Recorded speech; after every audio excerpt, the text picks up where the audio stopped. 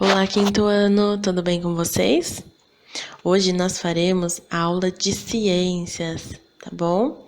E falaremos sobre uma coisa muito importante para a nossa vida, para a existência humana. Vocês imaginam que seja? Então vamos lá, ó. No vídeo que vocês estão vendo, analisando a imagem que está sendo apresentada para vocês. Respondam para a prof. O planeta Terra é composto na sua maioria por água ou terra?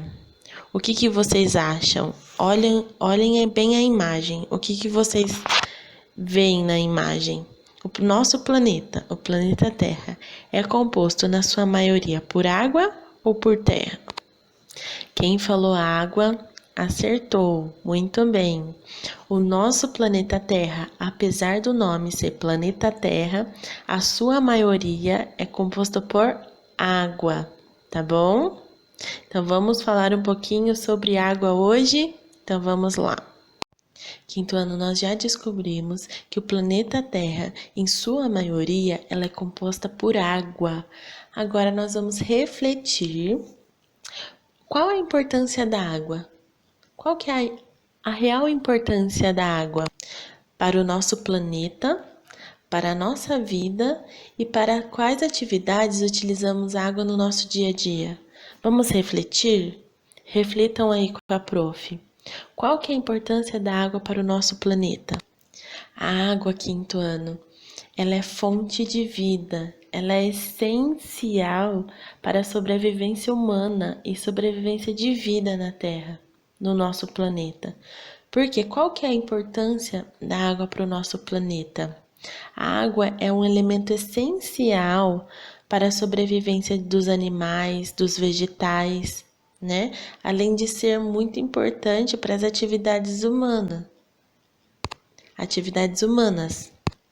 E a água é tão essencial que a gente está tão acostumada com ela que a gente só percebe que ela é importante quando ela nos faz falta, não é mesmo? E como nós já falamos nas aulas passadas, é muito importante que nós não desperdicemos água, ok? Então, qual que é a importância da água para o nosso planeta? É por meio dela que os animais sobrevivem, as plantas sobrevivem, não é? Então, ela é de suma importância para o nosso planeta. E para a nossa vida? Por que a água é tão importante?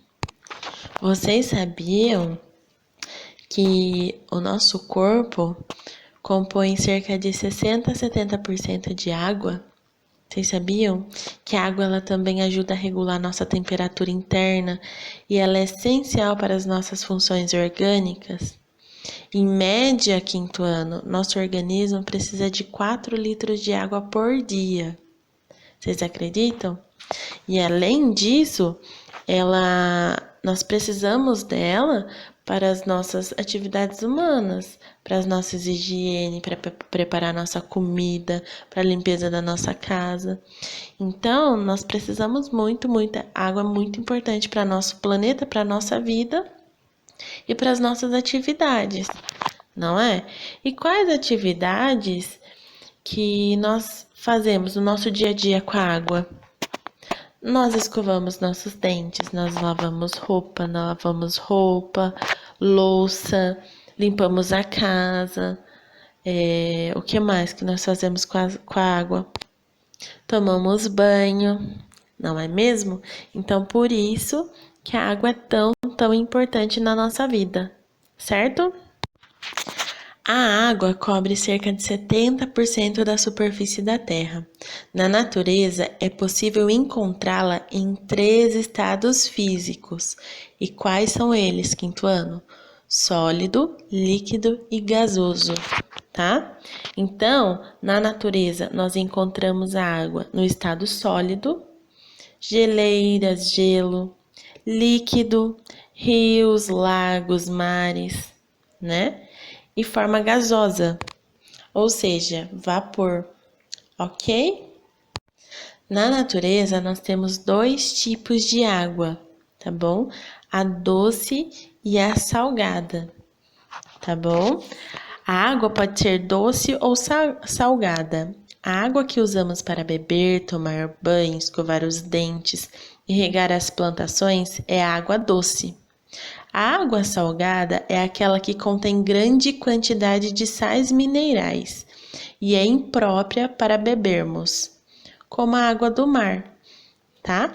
Então, nós temos a água doce, que é a que a gente bebe, toma banho, escova os dentes, que encontramos em lagos, em rios, e temos a água salgada, que ela é imprópria para consumo. E qual que é essa água? É a água dos oceanos e dos mares, certo? A distribuição de água doce e salgada não é igual. Cerca de 96% da água do planeta está nos oceanos e é salgada. Apenas 4% de toda a água da Terra é doce, tá bom? Então, 96% da água que nós temos no nosso planeta, ela é salgada. E apenas 4% de toda a água da Terra, ela é doce. Por isso, mais uma vez eu falo para vocês da importância de nós economizarmos água doce, tá bom? Vocês veem a diferença? O planeta Terra, ele é composto na sua maioria por água, porém essa água, nem toda a parte dessa água, ela é própria para consumo, né? Somente 4% dessa totalidade de água a gente pode consumir, que é água doce. O que vamos estudar hoje? O ciclo da água. Você sabe de onde vem a água e para onde ela vai? O ciclo da água é o caminho que a água faz na Terra, passando por diferentes etapas. As principais etapas são evaporação, condensação e precipitação. Com a ajuda do calor do Sol, a água evapora na superfície dos rios, lagos, oceanos e também pela transpiração dos seres vivos e plantas. Esse processo se chama evaporação. A condensação acontece quando o vapor de água que sobe para o céu formam as nuvens cheias de gotículas de água. A precipitação ocorre quando as nuvens derramam essa água em forma de chuva. Em climas frios, a precipitação cai como neve ou granizo e formam as geleiras. As geleiras derretem e a água volta para os oceanos novamente. Em climas quentes, a precipitação cai como chuva e molha novamente a terra, fazendo a infiltração no solo, ou cai sobre rios, lagos e oceanos, acontecendo tudo de novo.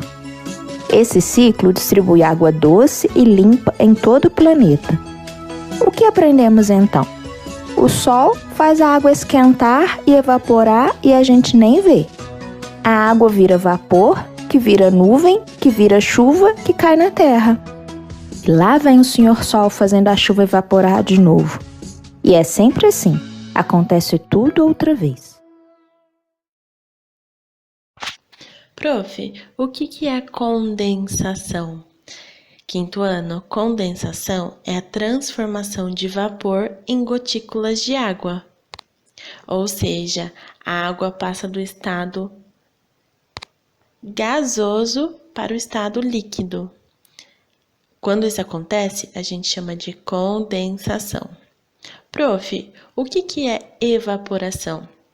A evaporação é a transformação da água da superfície de rios e oceanos em vapor e também na transpiração dos seres vivos. Então, o que é evaporação? É a transformação da água em estado líquido para o estado gasoso, ok? Prof, o que é fusão? Fusão é o derretimento do gelo presente em montanhas ou nas regiões polares, ou seja, a água que está em estado sólido passa para o estado líquido, tá? Quando a água está em seu estado sólido, gelo, geleiras, e passa para o estado líquido, nós chamamos de fusão. E solidificação é a transformação das gotas de água que formam as nuvens em neve ou granizo, ou seja, a água em estado líquido para o estado sólido. a gente chama de solidificação, ok? Então, quinto ano, conforme nós vimos no vídeo, como que funciona o ciclo da água ou ciclo hidrológico? Em alguns lugares vai estar como ciclo hidrológico. Quando nós ouvirmos esse termo, é a mesma coisa do ciclo da água, tá bom? Então, o que que acontece? Então, a primeira coisa que acontece, a água do solo e dos oceanos, rios e lagos evapora, ou seja, passa do estado líquido para o estado gasoso, forma o vapor de água, né? Os seres vivos também perdem líquido, água em forma de vapor, por meio da transformação, por exemplo. Esse vapor dos rios, dos lagos, dos oceanos, de nós, seres humanos, esse vapor vai para a atmosfera, né?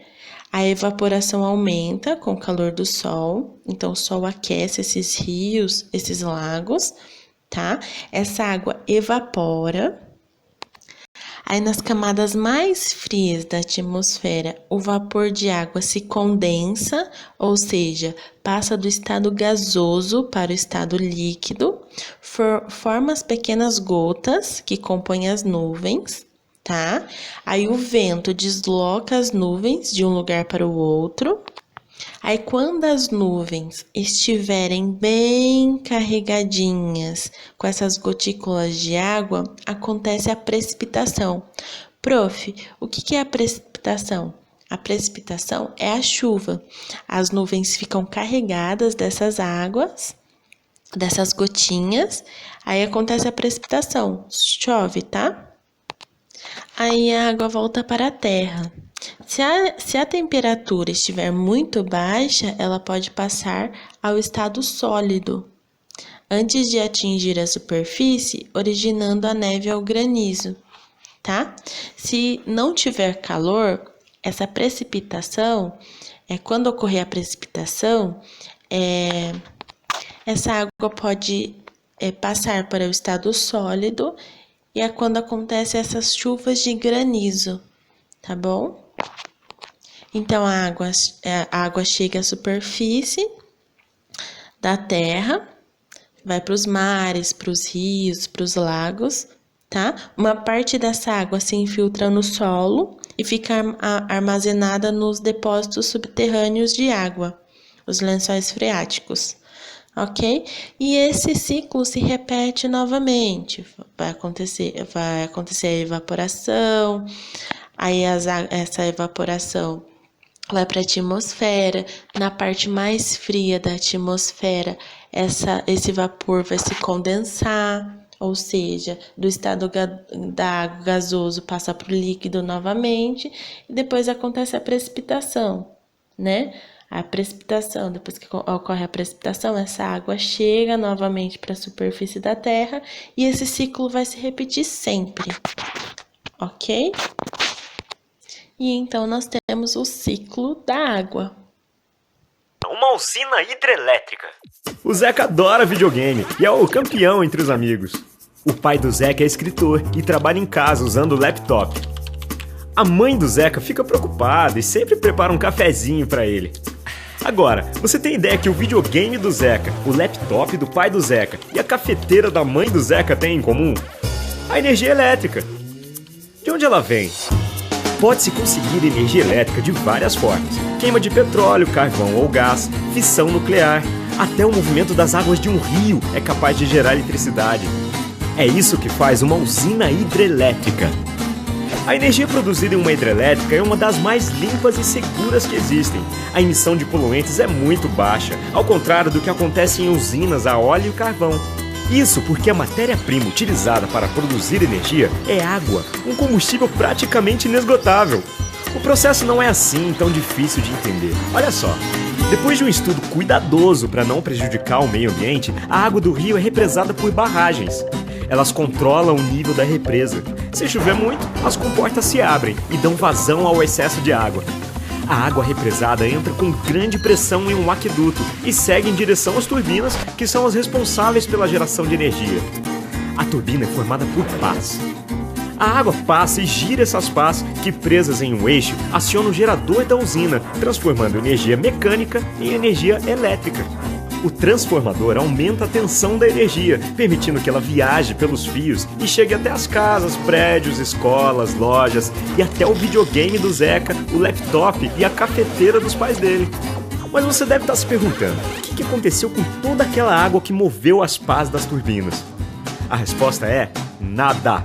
100% dela é devolvida ao rio com a mesma qualidade de antes e pode ser usada para consumo humano, processos industriais e até para abastecer outra usina hidrelétrica instalada mais à frente no curso do mesmo rio. O avô do Zeca, por exemplo, tem um sítio bem pertinho de uma usina hidrelétrica. E o Zeca nem imagina que a água que gera energia para o videogame funcionar é a mesma água que irriga a horta do avô dele. A Eletrobras está de olho em tudo isso e trabalha para impulsionar o desenvolvimento sustentável do Brasil em harmonia com o meio ambiente, produzindo energia limpa para quem mais precisa. O Zeca, o pai do Zeca, a mãe do Zeca, o avô do Zeca e você. Usos da água. Além de ser essencial para vivermos, utilizamos a água em diversas atividades cotidianas. Algumas dessas atividades podem gastar muita água se não forem realizadas com atenção. Então, aqui, quinto ano, vamos ver algumas atividades que nós fazemos com a água. Vamos lá, ó. Primeira imagem. Um banho de 20 minutos gasta 120 litros de água, enquanto um banho de 5 minutos gasta 30 litros de água. Então, quais as atitudes que nós temos que tomar, quinto ano? Não podemos demorar no banho, porque lembra que a prof explicou para vocês que o uso excessivo de água possa ser que futuramente nós não tenhamos muita água para consumo? Lembra que apenas 4% da água que nós temos no nosso planeta é para consumo? Então, nós temos que economizar a água. Limpe pratos e panelas antes de lavá-los, jogando os restos de comida no lixo. Então, antes da gente lavar a panela, o prato, a gente tem que limpar antes, porque se nós limparmos, nós vamos economizar água na hora de lavar. Bom, vamos para o próximo. Só use a máquina de lavar roupas quando estiver completamente cheia. Uma lavadora de 5 kg consome 135 litros de água a cada uso, tá? Qual que é a próxima? Ao lavar a louça com a torneira aberta continuamente, 240 litros de água são gastos. Ao ensaboar a louça de uma vez para então enxugar, 70 litros de água são gastos. Então, quando a gente lava a louça sem fechar a torneira, nós gastamos em média 240 litros de água. É muita água, não é mesmo? Agora, se a gente ensaboar e deixar a torneirinha fechada e depois ligar só para enxaguar, aí é bem menos, olha, 70 litros de água, muito menos água, não é? Então, aí a gente já economiza muita água. Escovar os dentes com a torneira aberta gasta 18 litros de água. Ao fechar a torneira, o gasto cai para 2 litros. Olha como a gente economiza se a gente fechar a torneira enquanto a gente escova os dentes. Muita água, né? Que a gente pode economizar no nosso dia a dia. Use vassouras para limpar a calçada em vez de mangueira. Em 15 minutos, a economia é de 280 litros. Lavar carros com mangueira gasta até 120 litros. Utilizando um balde para lavar o carro, o gasto é de 5 litros. Então, quando o papai for lavar o carro, papai e a mamãe orienta a utilizar um balde ao invés de utilizar a mangueira, tá bom? Dar descarga consome de 7 a 10 litros de água.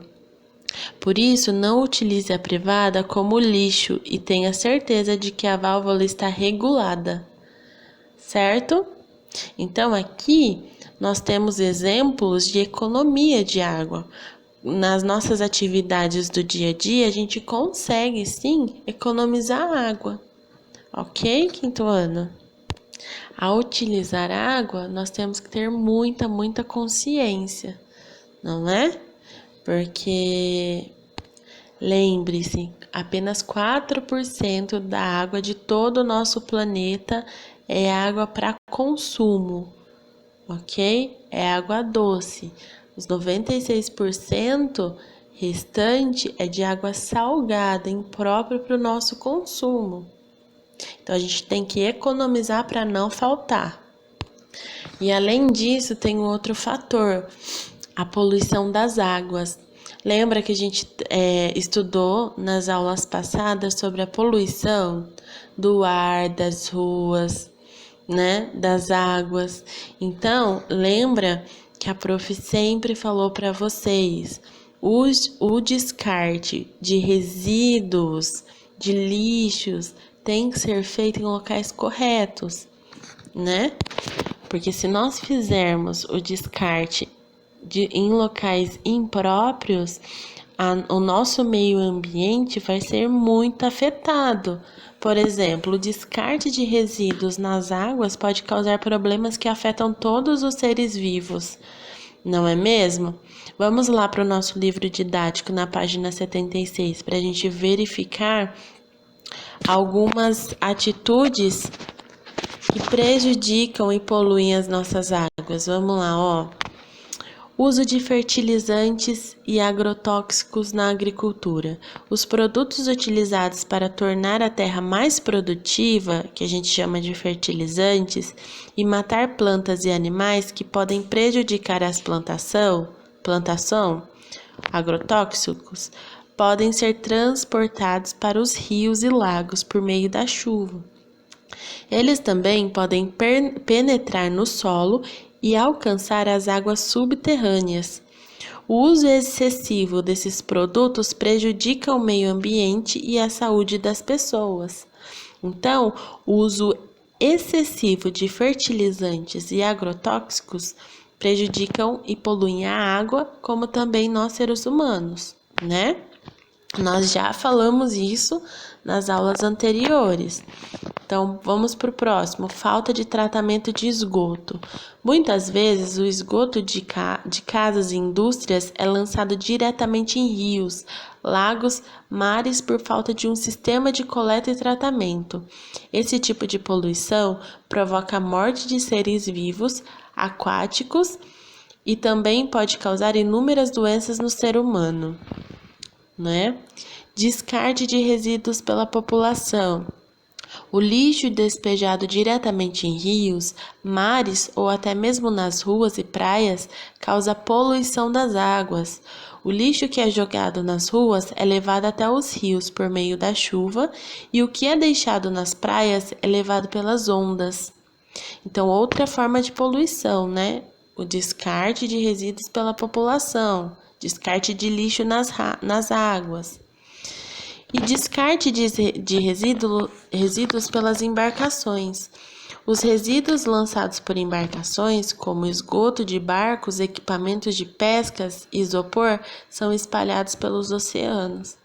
Então, como a prof sempre tem dito a vocês, nós temos que ter consciência, não depositar lixo nas ruas, fazer o descarte certo dos lixos para que esses lixos não cheguem até os nossos rios, lagos, oceanos, né? E prejudiquem ainda mais o nosso meio ambiente. E a prof vai deixar para vocês um vídeo sobre tratamento de água, tá? Para vocês verem como que funciona o tratamento de água. Quando tirada do rio, a água passa por um processo de separação de galhos e folhas. Depois, segue para a nossa estação de tratamento, a ETA, onde passa pelos processos de limpeza. Primeiro, ela vai para a câmara de agitação e coagulação, onde todas as sujeirinhas da água se agrupam em pedaços maiores. Na decantação, esses pedaços maiores de sujeira que estão mais pesados descem até o fundo do decantador. As partículas mais finas que restaram passam pela filtração, onde ficam presas em uma camada de areia e carvão especiais. Na última etapa de tratamento, a água recebe 3 produtos: o cloro, que finaliza a limpeza, o flúor, que ajuda a prevenir a cárie dentária, e a correção de pH, deixando a água pronta para o consumo. Toda essa água limpa fica em reservatórios gigantes e de lá seguem para a sua casa por meio de tubulações chamadas de redes de distribuição. Em algumas regiões, usamos um equipamento chamado booster, que empurra a água para as comunidades mais altas ou afastadas do centro da cidade. Você se lembra do material retirado da água na decantação e filtração? Esse material sólido que foi extraído da água vira um resíduo que chamamos de lodo.